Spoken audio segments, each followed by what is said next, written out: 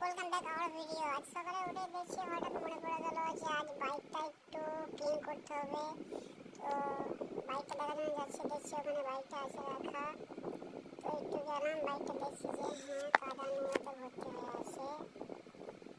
তো বাইকটা অনেকটা আওয়াজ দিচ্ছে, এই যে প্রচণ্ড কাদা নোংরা হয়ে গেছে। তো আজ বটতলা ওখানে যে ধুয়ে আসবো, আমাদের নৌকর বাস স্ট্যান্ড বটতলায় যাওয়া যাক। এই যে সোজা রাস্তার যে অবস্থা, ডানদিক বাঁদিক কোনোরকম করে যাওয়া হচ্ছে এখন আপাতত। নৌকর বটতলা আমাদের বাস স্ট্যান্ডের ওখানে আমি প্রায় সময় ধুয়ে থাকি, বাইক চালাই করে থাকি।